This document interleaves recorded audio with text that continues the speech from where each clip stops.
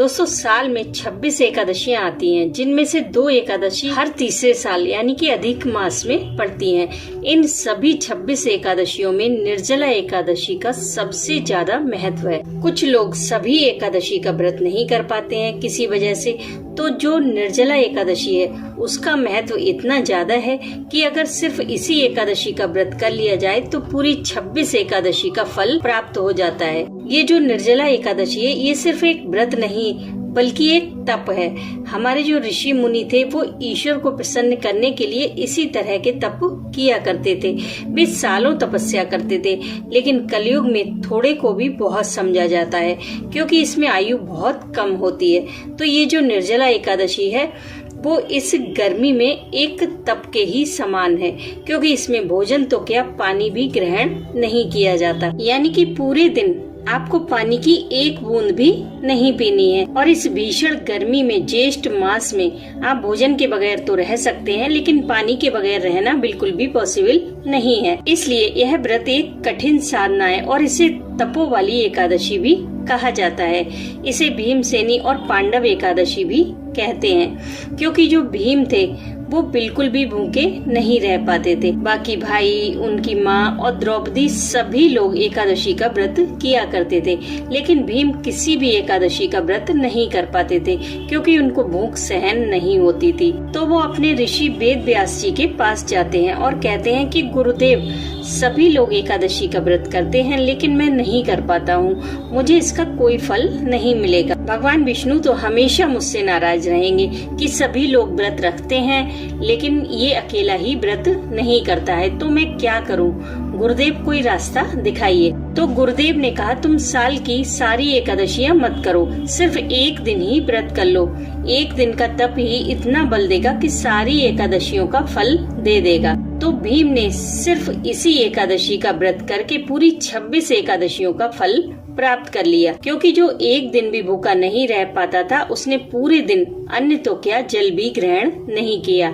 इससे बड़ा तप और क्या होगा। इसलिए इसे भीमसेनी या पांडव एकादशी भी कहा जाता है। इसमें आपको क्या करना है, आप सुबह जल्दी ब्रह्म मुहूर्त में उठें, अपने दैनिक कार्यों को कर लें, स्नान आदि वगैरह। इसमें विष्णु भगवान की पूजा का विशेष विधान है, उनकी पूजा करें, उनका अभिषेक यदि कर सकते हैं तो अभिषेक करें और ये विशेष चीज उनको जरूर अर्पित करें, और वो है तुलसी के पत्तों की माला, वो उन्हें जरूर पहनाएं। अगर हो सके तो 108 तुलसी के पत्तों की माला बना लें और उस माला को श्री हरि के गले में पहनाएं। इसकी महिमा मैं क्या बताऊं, इसका फल इतना है कि विष्णु जी को एक तुलसी का पत्ता भी समर्पित कर दें तो वो बहुत प्रसन्न हो जाते हैं। तो आप जो पूरी माला ही 108 पत्तों की इतने मन से खुद अपने हाथों से बनाकर पहनाएंगे तो आप सोच भी नहीं सकते वो कितने प्रसन्न हो जाएंगे। ये बड़ा पुण्य है। अगर आपको 108 तुलसी के पत्ते ना मिले तो आप 21 या 51 पत्ते की ही माला बना लें, लेकिन उन्हें पहनाएं अवश्य, क्योंकि अगर विष्णु भगवान प्रसन्न हो जाते हैं तो माँ लक्ष्मी जी अपने आप ही प्रसन्न हो जाती हैं। इस दिन आप ठाकुर जी को गंधोदक स्नान कराएं। पानी में चंदन और तुलसी के पत्ते मिलाकर जो स्नान कराया जाता है उसे गंधोदक स्नान कहते हैं। पंचामृत से स्नान शालिग्राम को कराएं और एक विशेष चंदन ठाकुर जी को अवश्य लगाएं, वो है हरी चंदन। ये आप घर पर आसानी से बना सकते हैं। सूखी हुई तुलसी की जड़ ले लें, उसे पत्थर पर घिसकर उसमें थोड़ी सी रोली मिला लें। इस चंदन को ठाकुर जी को, विष्णु भगवान को, शालिग्राम को, सबको लगाएं। यह चंदन ठाकुर जी को बहुत प्रिय है। आप एक बार लगाकर देखिए, इसके चमत्कार देखकर आप हर एकादशी पर इसे बनाकर जरूर लगाएंगे। और निर्जला एकादशी पर आप पूरे दिन ओम नमो भगवते वासुदेवाय का जाप करें। अगर आप विष्णु सहस्त्र नाम का पाठ कर सकते हैं तो वो बड़ा ही फलदायी है। आप हर एकादशी पर ना सही लेकिन इस एकादशी पर अवश्य करें। दान के लिए आप इसमें कुछ भी दान कर सकते हैं। अन्न का दान, जल का दान, वस्त्र का दान, धन का दान, दवाइयों का दान, आप किसी भी चीज का दान कर सकते हैं। सभी दान फलदायी हैं, लेकिन इस गर्मी में प्यासे को पानी पिलाने से बड़ा कोई दान नहीं हो सकता। अपने घर के बाहर एक बाल्टी में पानी भरकर रखें जानवरों के लिए, छत पर पक्षियों के लिए पानी रखें। यह व्रत हमें पानी के महत्व को समझाता है कि जब हम पूरे दिन पानी के बगैर रहते हैं तब हमें पता चलता है कि पानी कितना ज्यादा कीमती है। इसे बिल्कुल भी वेस्ट ना करें, इसका उपयोग भी उसी तरह करें जैसे आप अपनी किसी कीमती चीज का उपयोग करते हैं। और दोस्तों, इसमें एक चीज मैं आपको और बताना चाहूंगी कि इसमें आप जो भी जाप करें वो मानसिक करें, मुंह से बोलकर ना करें, क्योंकि जब आप मुंह से बोलेंगे तो आपका गला सूखेगा, होठ सूखेंगे और आपको ज्यादा प्यास लगेगी। तो आप इस दिन बैठे बैठे सिर्फ मन ही मन जाप करते रहें, ये आपके लिए ठीक रहेगा।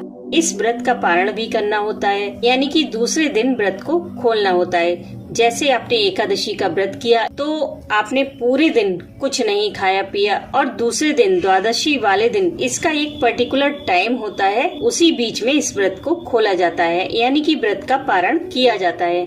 इसमें आपको कुछ नहीं करना, सिर्फ एक तुलसी का पत्ता मुंह में रखकर गायत्री मंत्र बोलना है और ठाकुर जी के चरणोदक से, यानी कि ठाकुर जी के नहाए हुए जल से उसे निगलना है। आप चाहे तो गायत्री मंत्र की जगह हरे कृष्णा महामंत्र का या ओम नमो भगवते वासुदेवाय भी बोल सकते हैं। एकादशी वाले दिन तुलसी तोड़ी नहीं जाती, आप तुलसी एक दिन पहले ही तोड़कर रख लें, भोग के लिए भी, माला के लिए भी और पारण के लिए भी। दान आप एकादशी वाले दिन भी कर सकते हैं, दूसरे दिन भी कर सकते हैं, लेकिन ध्यान रखें दान आपको पारण से पहले करना है, और जो भी दान करें उसे किसी जरूरतमंद को ही दें। इस दिन जितना हो सके भजन पूजा पाठ करें, और हो सके तो इस दिन एक संकल्प जरूर लें क्रोध न करने का, क्योंकि गीता में क्रोध को सबसे बड़ा शत्रु बताया गया है। जिसने भी इस पर विजय प्राप्त कर ली उसने समझो सब कुछ पा लिया, क्योंकि गुस्सा करने वाले का रिमोट हमेशा दूसरों के हाथ में होता है। अब दोस्तों, बहुत सारे लोग इस व्रत को बिना अन्न जल के नहीं रख सकते, क्योंकि इस समय गर्मी अपने चरम पर है, सूर्य देव बिल्कुल सर पर है, तो बिना पानी के रहना सच में बड़ा कठिन है। तो जो लोग नहीं रह सकते उन लोगों को मैं बताना चाहती हूँ कि आप चाहे कोई भी एकादशी ना करें, लेकिन ये व्रत जरूर करें। आप फलाहार करें, पानी भी पी लें, लेकिन सुबह पूजा करने तक आप कुछ भी ग्रहण ना करें, पानी भी नहीं। पूजा के बाद आप जल पी लें। तो इतनी देर का व्रत तो हर कोई कर सकता है। और दोस्तों, इस व्रत को आप भगवान श्री हरि की प्रसन्नता के लिए करें, किसी कामना के लिए नहीं। बिल्कुल निस्वार्थ भाव से, निष्काम भाव से इस व्रत को करें। आप देखेंगे आपके मन को असीम शांति मिल रही है। तो दोस्तों, वीडियो थोड़ी लंबी हो रही है, नेक्स्ट वीडियो में मैं आपको बताऊंगी कि आप कैसे व्रत करें जो प्यास कम लगे। कुछ टिप्स आपको दूंगी खुद के एक्सपीरियंस से, जिन्हें अगर आप फॉलो करेंगे तो आप आसानी से इस व्रत को बिना अन्न जल के भी कर सकेंगे। अगर आपने इस चैनल को अभी तक सब्सक्राइब नहीं किया है तो प्लीज सब्सक्राइब करके बेल आइकन को प्रेस कर लें, ताकि आपको सभी वीडियोस की नोटिफिकेशन मिलती रहे। और हाँ, वीडियो अगर पसंद आई हो तो लाइक जरूर कीजिएगा। परमात्मा पर अपना विश्वास बनाए रखिए। मैं मिलती हूँ आपसे नेक्स्ट वीडियो में, तब तक के लिए हरे कृष्णा।